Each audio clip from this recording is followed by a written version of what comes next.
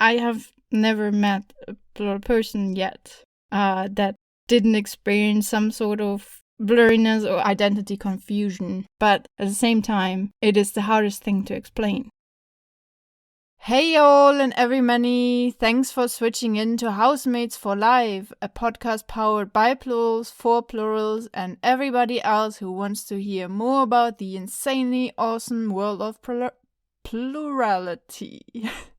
Here we talk about the good, the bad, the ugly, and the beautiful sides of sharing a body and mind. This episode is kind of a sequel to the last one on identity, so you might want to check that out first. We talk a bit more in depth about the plural mind, or our plural mind, what kind of states of consciousness we can have and what it feels like, and how that affects our daily life. And in the end, we will talk about how we cope with blurriness or identity confusion. And spoiler alert, we don't. We are the voices of just a rather very insane system, aka Jarvis. Today there's no real host, cause we're a bit blurry, but we will get into that later. If you enjoy listening to our podcast, Housemates for Life, please tell a friend or more and leave a like, subscribe, rate, comment, and everything else you do to show your support and appreciation. Many thanks. Now let's get on with our show. So, funnily enough, today we feel very blurry, and we are going to talk about exactly like that. This is the perfect time to actually feel confused about your identity, and it was not on purpose. So, first we will talk a bit about what does it actually feel like to be plural. I mean, we talked about this before, but what does it really feel like? Like, how does it look like in our head? And I think we should better start with the question, what is the front and how does it feel to be at front? And this is our plural experience, so whatever we say now, take it with a grain of salt, not with a salt of grain. We are just one system of many. There are plenty of other systems out there who might feel completely different about this. If you relate, that's great. Hopefully you find some encouragement here. If not, don't worry, your experience is as valid as anybody else's. So if we would describe our consciousness, our mind, it's kind of like we always say, or it feels like we have this bubble of consciousness, which we would call the I. So whoever says I in a moment fills up this bubble of consciousness with their energy or also their willpower. So if I say I right now, I don't actually know who I am right now, but I am that consciousness, and I'm probably heavily influenced by whoever lives in this bubble, but I couldn't put my finger on who is talking right now. Sometimes we spike. There's a spike of energy, and we feel like, oh, that was probably this had me or that had me. You probably might notice this as well while listening from some of the previous episodes, but we have no real solid, confident grasp on who's actually talking.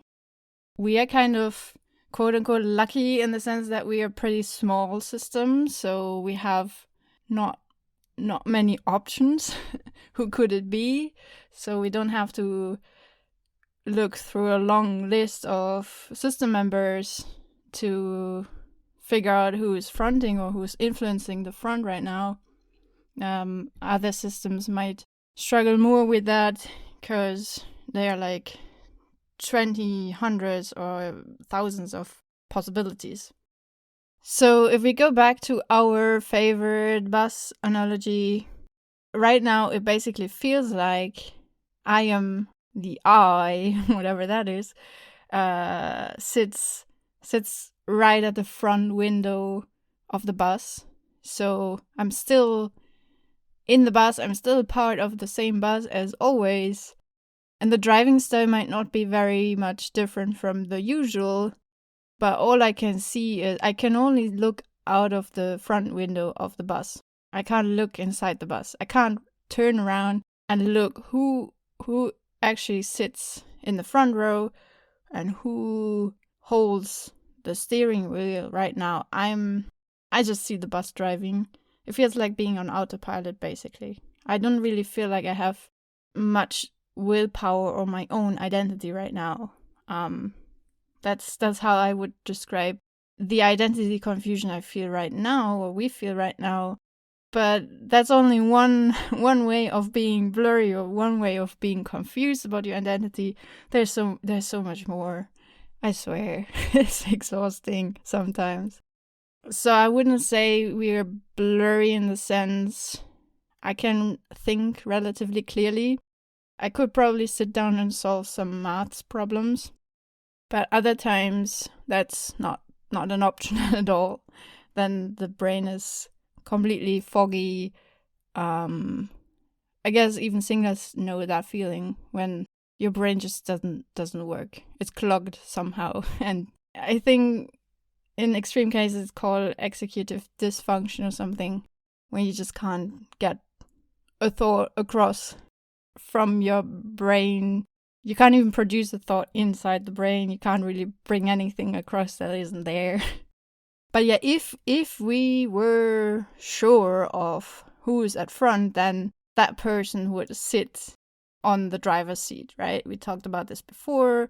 Or the person who is fronting is driving the bus, is controlling the bus with their own opinions, with their own willpower, with their own agency, with their own wants and needs, whatever. So they fill out this bubble of consciousness with their identity, basically. So being at front, having a clear identity at front, that's one of the most desirable states for us, at least. Because, yeah, you don't have to question, who am I? Not that I'm questioning right now. We kind of got more or less used to the fact that sometimes we just don't know, but more to that later.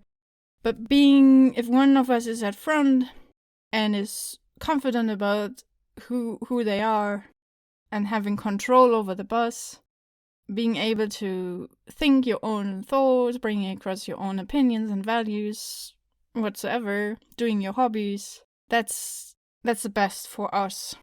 But then that's like the most rare, one of the most rarest cases for us as well, which is kind of sad, because there's a lot of things going on, like co-fronting, being co-conscious, blurry, blendy, switchy, and there's so many terms in the plural community.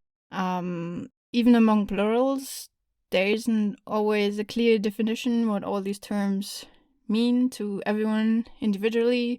So again, this is our take, our experience, our definitions, and we try to explain a bit some of the most common terminology when it comes to identity confusion. So first of all, co-fronting would be there are two or more system members at front simultaneously. So for us in the bus, it would be like someone sits on the driving seat and another person sits next to them on the other seat, but still in the front row. So both are very close to the front, very close to the windshield, and look outside the bus. So the person who sits next to the driver is, first of all, they are co-conscious with the driver. So both sitting at the front and seeing everything. And co-fronting would mean both have a grip on the steering wheel, but the person who is not driving the bus has no agency over the thoughts or the emotions or the body function. So they are just there, they are next to the driver can perceive them next to themselves, but the co-driver, let's say, or the co-conscious person has no agency over the body, basically. They can have emotions and they can bleed in. They can, like, the driver can sometimes feel emotions of the other person. We can hear each other's thoughts. There's not literally no privacy between us. And also, by being together at the front, in our system, it's like that our communication works very easily. So we can easily just by telepathy tell each other what we want to say.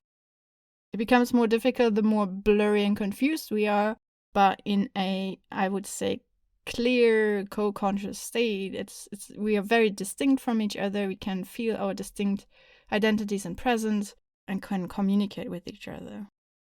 And then co-fronting is different. That's when we both have a hand on the wheel. So we are co-conscious, we're sitting next to each other, but also we both have a grip on the steering wheel and share the agency over the body at the same time, or rapidly handing over the wheel without sometimes noticing that. Or one is doing something with their hands, like cooking, and the other is, in the meantime, singing or something. I mean, this must sound so silly to singlets, because, yeah, I mean, this is a totally, quote-unquote, normal thing for a human being to do multitasking, but subjectively, it just feels different. It feels like, one of us feels like, okay, I'm cooking, and then suddenly realizing, wait, why am I singing? I don't even like this song. What is happening? That's the plural experience. And co-fronting can be okay. At least we know who is fronting, so that's a plus. So right now, I would say it's probably like there's much options for us. It's mostly Matt and Will at the front row. So probably it's kind of a mix of us both right now. The more we talk, the more we realize. I feel like Will is expressing a lot of opinions, or his way of expressing opinions, but it's also a lot of Matt's energy around and I just talk in this microphone. I just love this. See? So basically we're both having a grip on the wheel.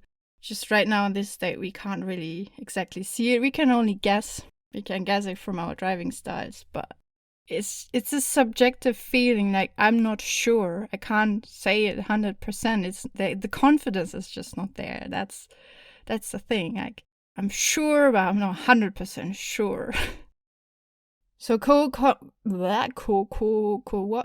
co-fronting can be okay. It's still better than being confused, but it's also nasty in the sense that it can be kind of a battle of willpower. So if one person wants to drive the bus around the left corner, but the other wants to go the right corner, and then you both have the hands on the wheel, then where do you go? Where's the bus driving? And then it's often, there's like not a 50-50 division of willpower. One or the other will be a bit stronger and steer the bus as they please, or it just gets messy.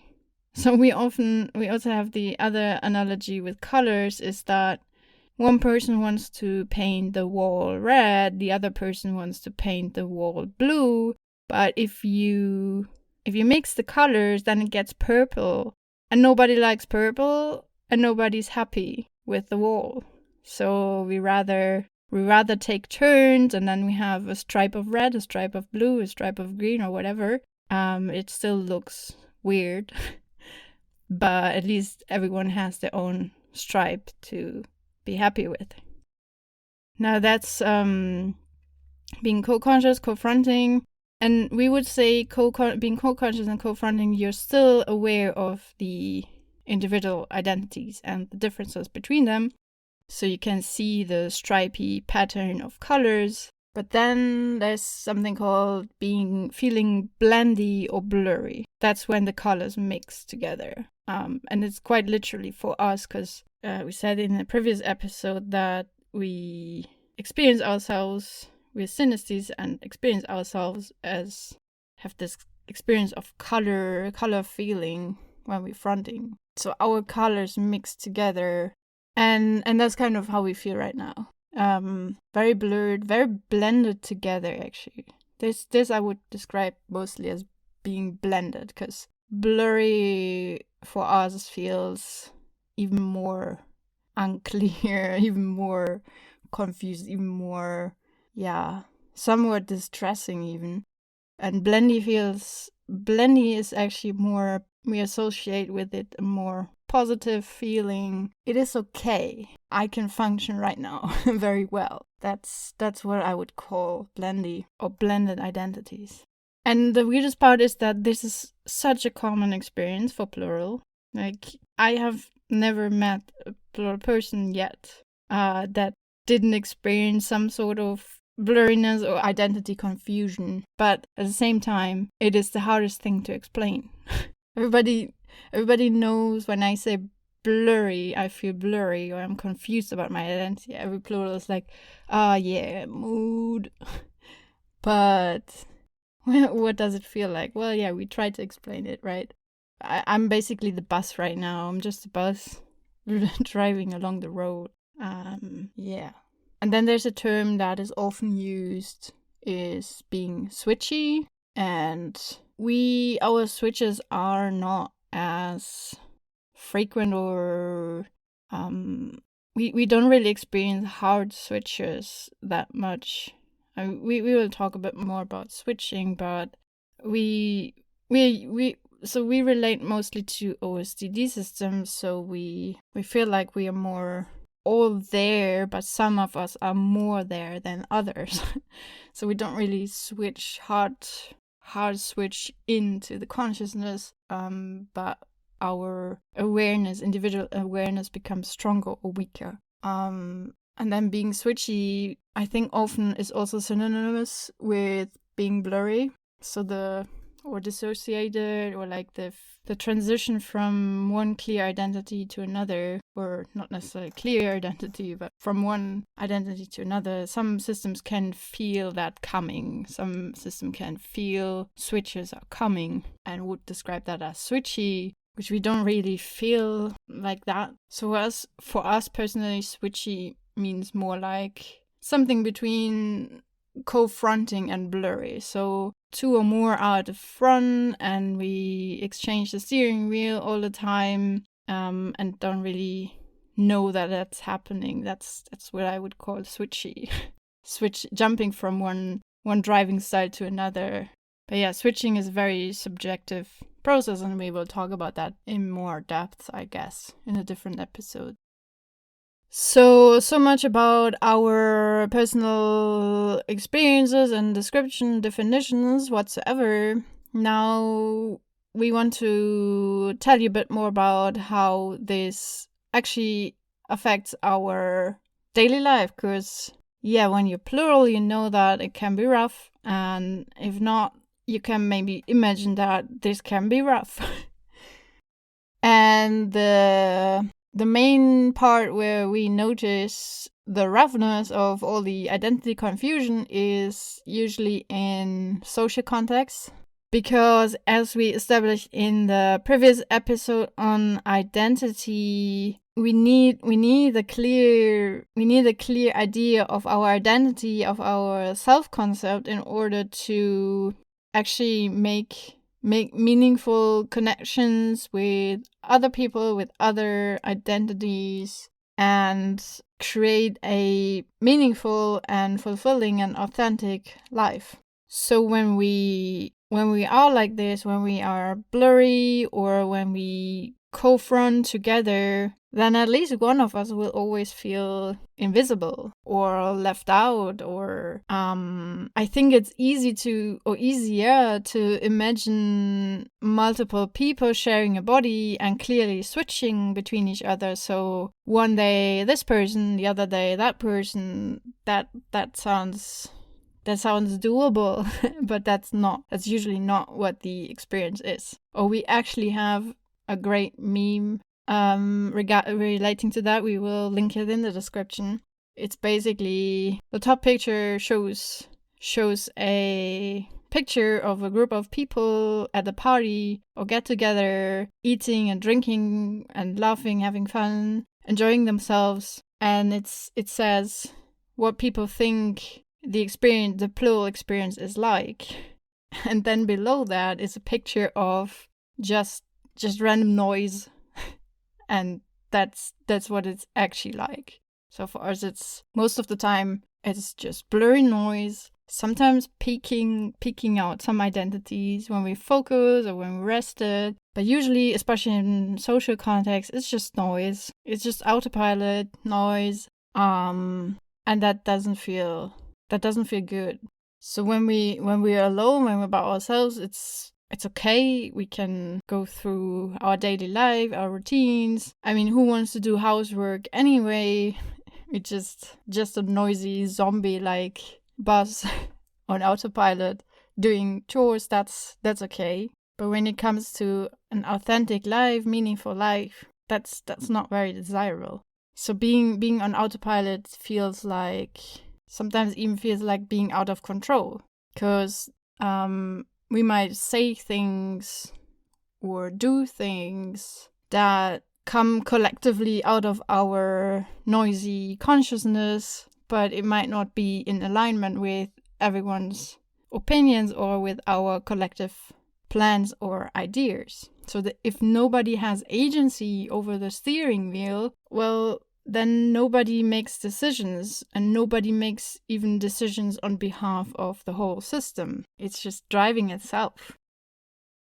I also want to add that being blurry or being confused about your identity is not, for us at least, it's not the same as dissociation. That's another level, I would say. It's like really like we can feel the difference between identity confusion and actually dissociating from an event, emotionally dissociating from people, or feeling depersonalized. We don't have so much experience with derealization, but we also know that that's also a thing that can happen to people, not only to plurals. And that's, I would say, a more extreme version of being confused. Because, for example, if we are experiencing depersonalization, we have actually, that's usually Will who experiences that.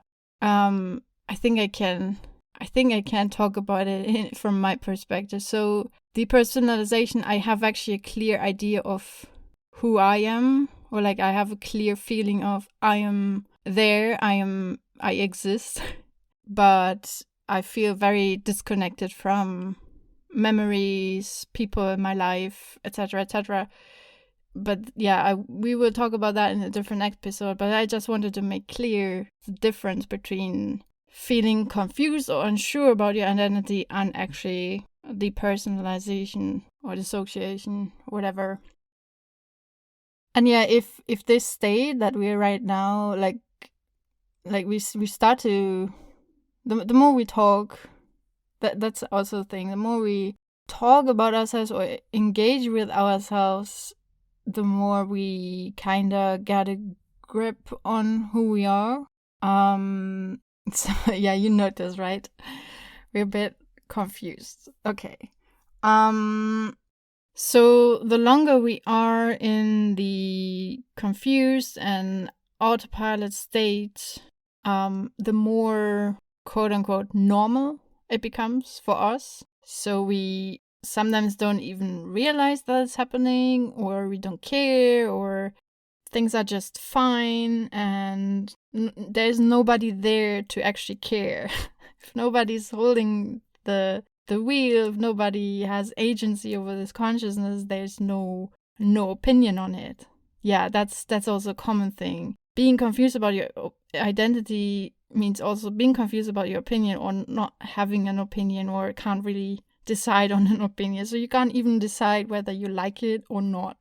For us at least. And usually the not liking comes afterwards. So there's a common saying, coming out of the blur. And to us it feels like coming out of the blur almost literally feels like coming home. So you come home in your familiar home, like somebody's coming into consciousness, somebody is coming into the driver's seat, into the armchair, and you sit down and you be like, yep, that's my home. I'm home finally. That's what it feels like to us to come out of the blur, or in the best case it feels like that. And then you can reflect on it, right? And then you can think back and be like, oh shit, what did I do the last couple of hours? Or what did I do yesterday? I wasted so much time just being blurry.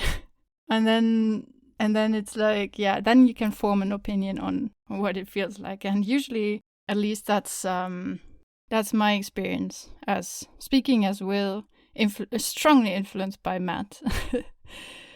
That's my experience, that I usually don't like it. I usually despise being blurry, or have been blurry. I don't know how I will feel like after this recording. and to me personally, it also feels like quote unquote sobering up. So being blurry sometimes can feel like being drunk or hangover, or more poetically, it feels like diving through water, and then when you come out of it, you dive through the water for days sometimes, and then you come out of it, and you reach the surface of the water, and you finally get air. You finally take a deep breath after all that diving, and only then you actually realize that you actually needed to take a breath. You didn't realize before how long you've been in the water, and then you take the breath and you're like, whoa, I feel alive. I exist. Now you probably want to know, how do you actually deal with all this shit? Especially when you're plural, you're probably asking, how can I feel better about this? How can I cope with this blurriness? It's ruining my life. And we wish we had a clear answer, but our answer will be very blurry, sorry.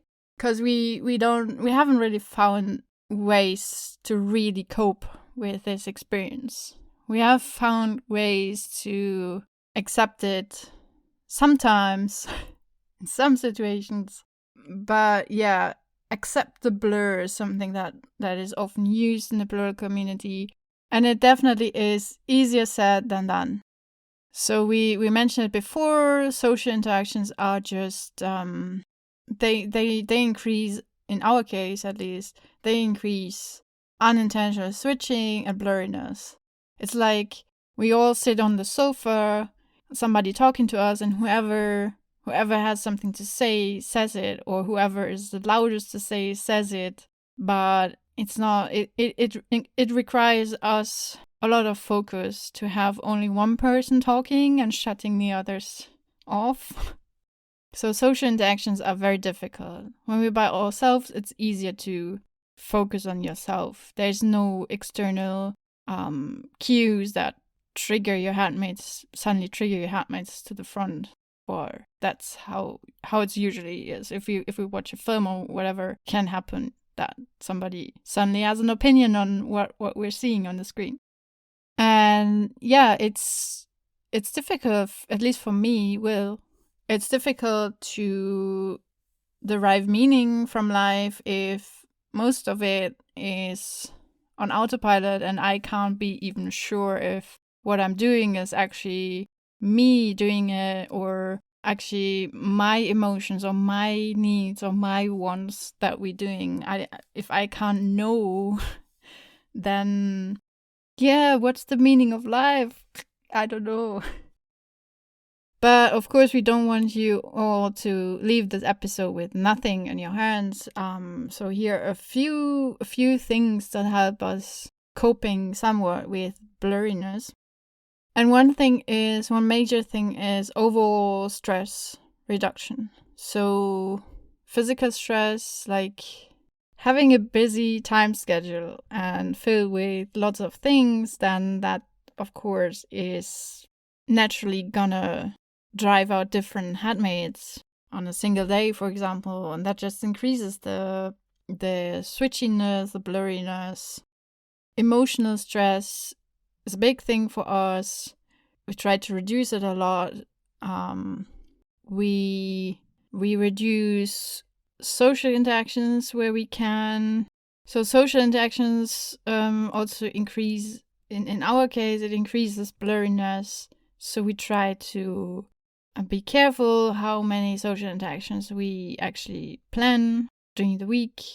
We try to always have recharge time or pre-charge time before and after social interactions, which can be difficult to implement, but it's necessary for us and it helps somewhat. It doesn't prevent feeling blurry, but it reduces it a bit. Then how to come out of the blur? People always talk about grounding techniques. We personally don't really, for us, grounding techniques that work with the body don't really seem to work well for us. Not sure why, but we figured that if we're blurry and if it's uncomfy blurry, so if we also can't really think clearly, we're probably stressed. We don't really feel stress in the body like many other people report. Like we don't get stomach aches or whatever, anxiety or feelings of increased heart rate or something like that. Don't really have that. So our main indicator of stress is our cognitive regression, basically. So when we notice that, we lie down or we found that it helps to lie down, listening to music, cool air helps. Like when it's warm outside, we also find that we tend to be more blurry. During the summer is the worst. In the heat, we can't do shit. And what helps us personally to ground, and this is not for every plural system this is possible, but we talk to each other. That helps us grounding. We mentioned this before in the previous episode on identity, that talking to each other, communicating with each other helps us defining the boundaries between each other. So if we force ourselves basically to talk to each other, sometimes it is easier doing it via text chat. It helps us to unblend our identities and become clearer in our thoughts and feelings and opinions. This is not always possible, and sometimes you just want to get through the day, right? You just want to do your work or whatever. So it's not always possible, it's not always necessary to unblend any time of the day. But when we want to, when we can't stand the blurriness anymore, then that are a few strategies we use. And then one vital part of coping with all this is talking to other plurals. Talking to other people who understand what it means to be blurry. That helps so much, because it is a nasty feeling, or can be a very nasty feeling, but when we can talk about it and laugh about it, make jokes about it, make funny memes about it, then at least we can derive a little bit of joy from it. And I hope you also had a little bit of joy listening to this right now. Because this is already the end of this episode, where we talked about identity confusion and a few terms about the plural consciousness, plural conscious experience, whatever. Identity confusion, we are confused, you're confused, we all are confused, yay. Now we are curious, as always, how does consciousness or fronting feel to you all as a system? And of course, we want to know, what are your best tips of how to cope with the blur? This episode was brought to you by the Voices of Jarvis, with a blurry mess as your host. Thank you all, beautiful souls, for listening and your support. If you enjoyed this episode and think it brought a little bit of value to your life, please tell a friend or more and leave a like, subscribe, rate, comment, and everything else you do to show your support and appreciation. Follow us on the podcast platform of your choice and visit our website housematesforlife.com so you never miss the latest news about our podcast and more. If you have feedback, questions, suggestions, please don't hesitate to write a comment or contact us. As I always like to say, well, Matt likes to say this, let your personality shine brighter than your eyes and your confidence shout louder than your voice. Until next time with Housemates for Life. And in the end, a few outtakes for your chuckle muscle. So now you're working on what? Stupid program? Hey all and every many, thanks for switching in to Housemates for Life, a podcast Hey all and every many, thanks for switching in to Housemates for Life, a podcast by plurals. In this episode we talk about a bit about consciousness, And that is a very desirable state, being... Oh wait, this is the next part already. Whoops. Wait, no. I want to talk about something else, but first. It kind of feels like, to us, it feels like you come... Whoa, something happened here. So having a busily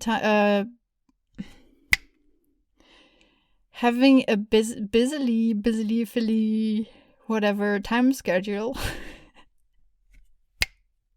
if they're not needed or not, like, planned, not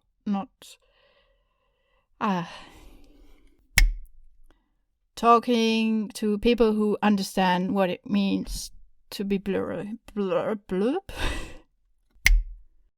Follow us on the podcast platform. Blah, I will never say this correctly. I don't know how I will feel like after this recording. Maybe I actually will feel good about it because I'm just talking about stuff. I don't know what I'm saying.